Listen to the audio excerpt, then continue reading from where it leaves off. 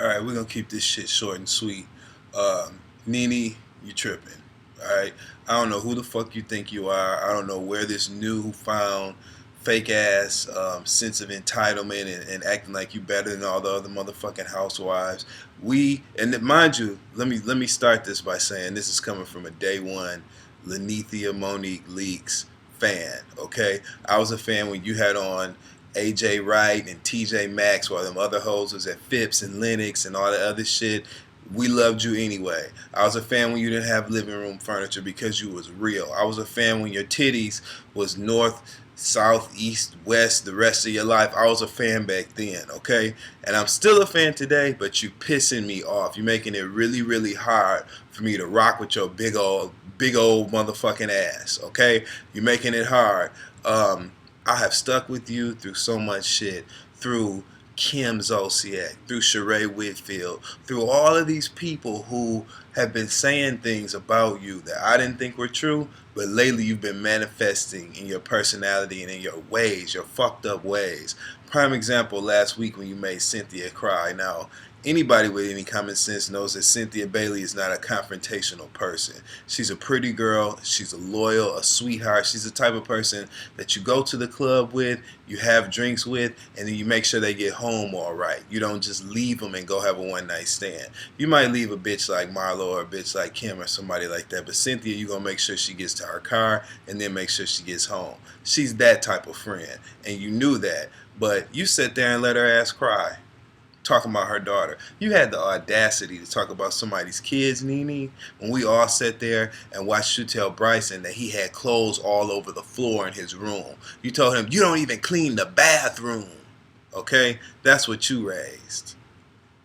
All right, Bryson going and first of all looking the way that he looks, and you allowed that. But you know, we remember how you used to look. To be honest with you, and you still that same bitch. You still the same bitch that had on that horrible wig. You still the same bitch that always wore jeans and a leather jacket. You know, them thought ass outfits. You still her. You just got a stylist now, a stylist that actually you got from Marlo. Okay, I remember when I should have been known that you was a little bit of a hater, because I'm very uncomfortable with this whole beef that you have with Marlo Hampton now, and the fact that you were so quick to drag her in the news and say, oh, you'll never be a housewife because of your past, and go back to the dating website. Some people belong in jail. Just mean, cutthroat ass shit.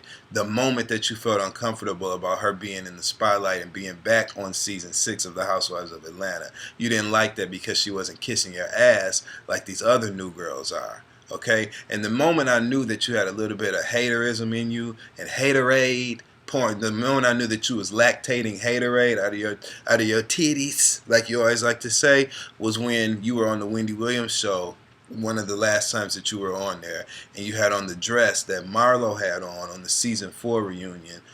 You wore that to the Wendy show after Marlo wore it on the TV. So I know you wanted to play catch up, and the whole reason you were so nice and embracing of Marlo was because you wanted, if you can't beat him, join him. That kind of shit. And see, Marlo wasn't kissing your ass or taking none of your shit, whether it was at your wedding, whether it was anywhere. And that's why we love the real Housewives of Atlanta fans. We fuck with Marlo. We love Marlo. But that's neither here nor there, because right now we talking about you.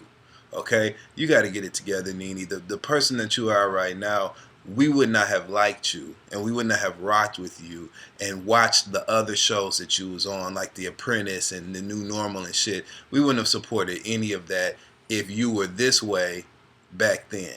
See, when you started off, you was a real bitch, okay? You kept it real about shit. You told the truth about things. You were honest about shit, and you were... It was just some sincerity that exuded from you that we could relate to, and we loved that. You were the underdog. You know, and maybe it's our fault for always rooting for our underdog, you know, or in this case, an under bull mastiff. I'm trying not to insult you because I'm still a fan of vintage NeNe. It's kind of like my relationship with Aretha Franklin. Like, I love old Aretha Franklin. Her voice it's unmatched, unparalleled. But this new big old gallon of apple cider, gallon of milk built ass Aretha Franklin with a bad attitude that is cruel and mean to these new girls up and coming, I don't like her.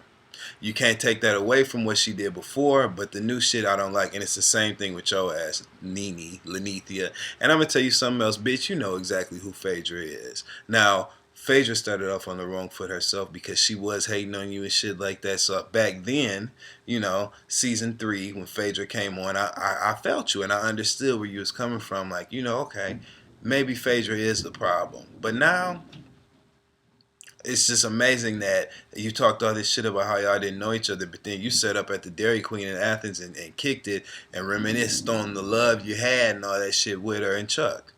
You brought that dumbass Monique, whatever the fuck her name is, Miss Me, Neek. You know what I'm saying? Because that's what she can do. She can miss us with all of that. You brought her on TV and made a fool out of her, okay? And allowed her to make a fool out of herself. Yet that's your friend of 13 years and all this other shit. So, NeNe, you just got to get in and pull back and regroup now that you don't have the new normal, now that you never really were on Glee like that. Like that, you had a minimum recurring role, which was definitely something to be proud of, but you really weren't on there like that.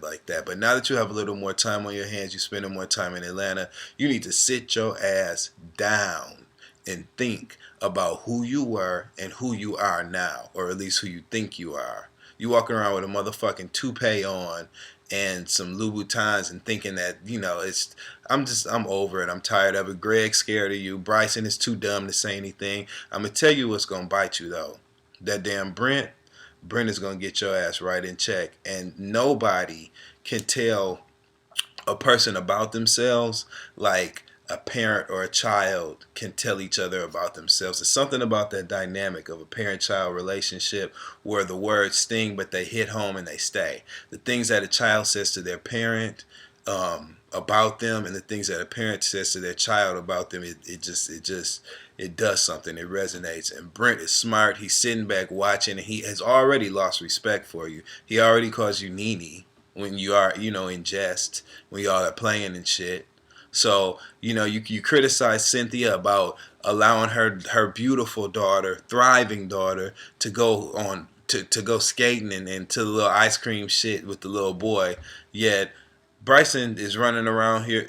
It's, you know what it is. So NeNe, just get it together because I'm sick of your shit. And it's to the point now where I want them to bring a bitch back like Kim Zolciak, who, I can't believe I'm saying this, so I'm not going to say it because I don't feel like that. But you need somebody to call you out on your shit and somebody who's not afraid of you and kissing your ass and not believing in this hype that you've created because you're the last one standing and you feel like you can run these girls and put them together and all that other shit. And I'm going to tell you something else before I go. Stop referring to yourself as a girl.